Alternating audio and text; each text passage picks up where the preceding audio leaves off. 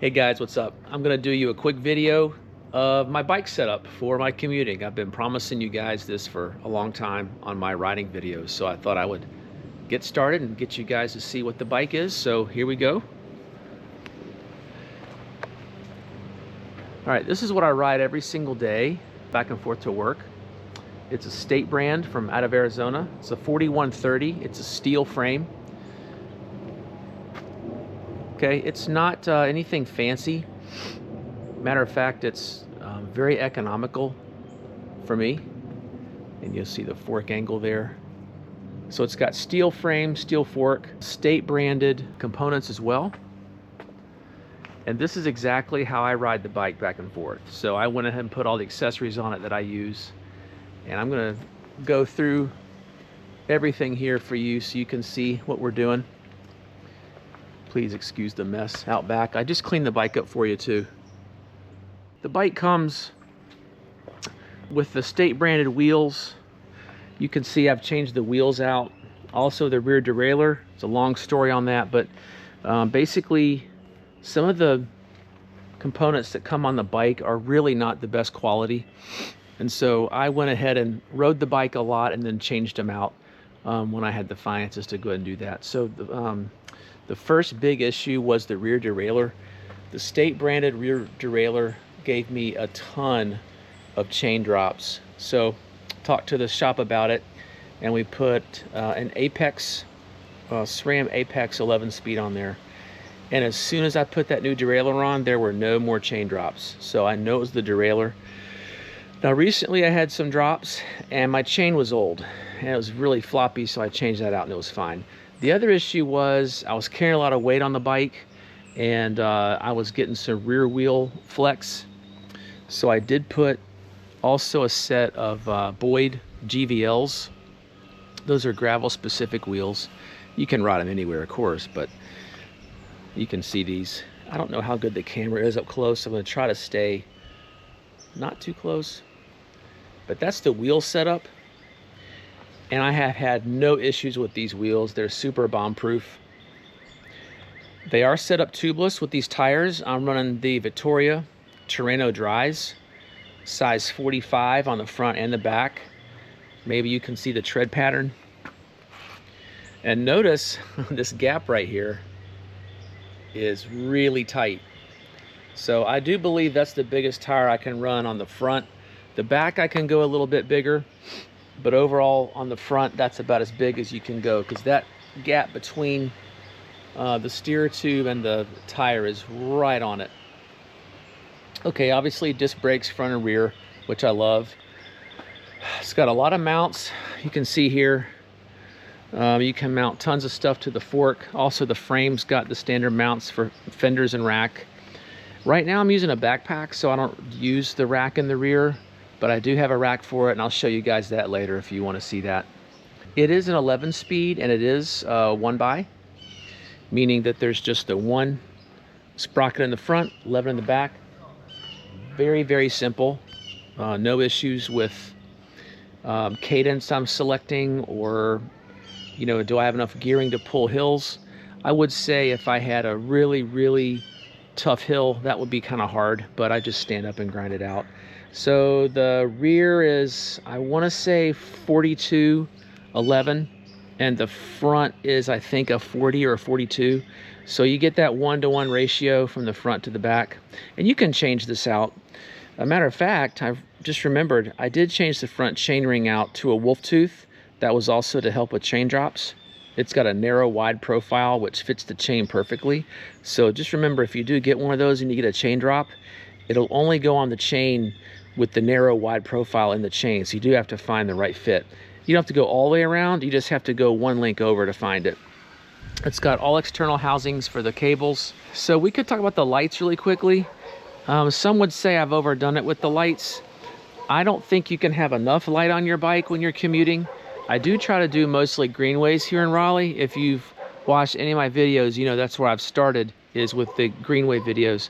But there is a little bit of road here and there, and we do have pretty good bike lanes in the road, but I just really love to be visible. So I'm running 2 front headlights on the fork, And these mounts are really cool. I got these from Portland Design Works. You guys can check that out if you want. They're really great. They're like CNC aluminum. And then these are Saigo lights. This one is a 750, and this one is a 1400 lumens, of course. And then this one up top is from Portland Design Works as well. This one just connects with a little rubber kind of round thing. And I love this one because I can change this back and forth between this bike and my road bike, which I'll do a video for y'all at some point as well. So 3 lights in the front. I never do flash when it's dark outside. I just do flash during the day, and I really try to do that sparingly. I will say the State branded shifters, they're awesome. They run the brakes and the shifting in the back. They're fantastic. I have no issues with them. And the brakes I did upgrade as well. We had mechanically actuated calipers, and they were all mechanical. These are now mechanically actuated. You see cable. So they're not hydraulic, but they're mechanically actuated, and they run pistons. So there is brake fluid and pistons in here, but that's just where it is in here, not all the way through like some of the newer bikes have all hydraulic brakes. What else have I done to this bike? There's no pedals on it right now because my pedals are power pedals and they're on my road bike. What else? There's the rear disc brakes. There was one more thing. Oh yeah, so the rear lights, you can see. I'm running the Garmin Varia. There's no camera on the tail light or anything. It's just a radar with the tail light. This thing is incredible. It is a game changer. I know people talk about it a lot. The top one is what I'm talking about if you don't know. Garmin Varia. It's got a really nice mount on there, so you never have to worry about losing your light if you hit a huge bump. And then this one is by Magic Shine. I really do recommend, if you guys start commuting, always have 2 rear blinkers and probably at least 2 fronts as well. And the reason for this is that you just never know the battery condition of your lights. And I will tell you, it is mind-numbing to be in traffic and have one of your lights fail, and that's the only light that you had. So even if you don't run it, you could just leave it in the backpack. This has a little twist lock, little twist as well, and this also is the little rubber thing, so that goes on my road bike as well.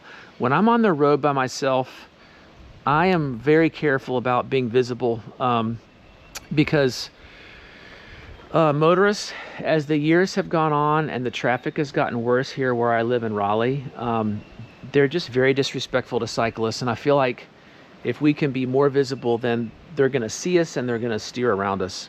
You know, if they're mad at us for our lights, at least it means that they see us. So that may not be the best perspective, but if it's too bright, then at least they know I'm there. And I don't run these front lights in people's eyes. You know, I'll shine it down at the road. And then probably lastly is the Garmin head computer here.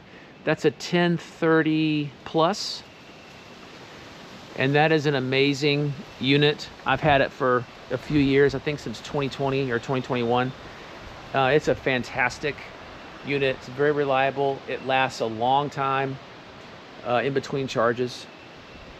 I did mention the pedals. So I have pedals that I switch between my road bike and this bike. I do have a standard pair of pedals as well, but I run road shoes and road pedals that, you know, clip in. I use power pedals, which if you don't know what those are, back in the day they started releasing gadgets for your bike that would actually measure the amount of force that you're putting in to the bike, and it's a great way to train. So as the evolution of all that stuff has happened, they developed a set of pedals. I have the Favero Asioma. I might be saying that backwards, but it's either Favero Asioma or Asioma Favero. And they measure the pedal, they measure the power in the pedals, both sides, left and right. And they are phenomenal. And then it transmits that data to the Garmin. And so in real time, I can see how hard or how easy I'm working when I'm training, or if I'm not training. Keep in mind, right now I'm using a backpack, but also you can mount a rack on here and put panniers one or two on the sides. And that's really better for hot weather climates when you're wanting to have some better airflow in your back to keep you cooler. So as it gets hotter, I may throw the rack back on there. I may not. I just really don't know. So little, forgot to mention this little top tube bag here to put little accessories in if you need. Hope you guys have a great day, and I'll see you in the next one.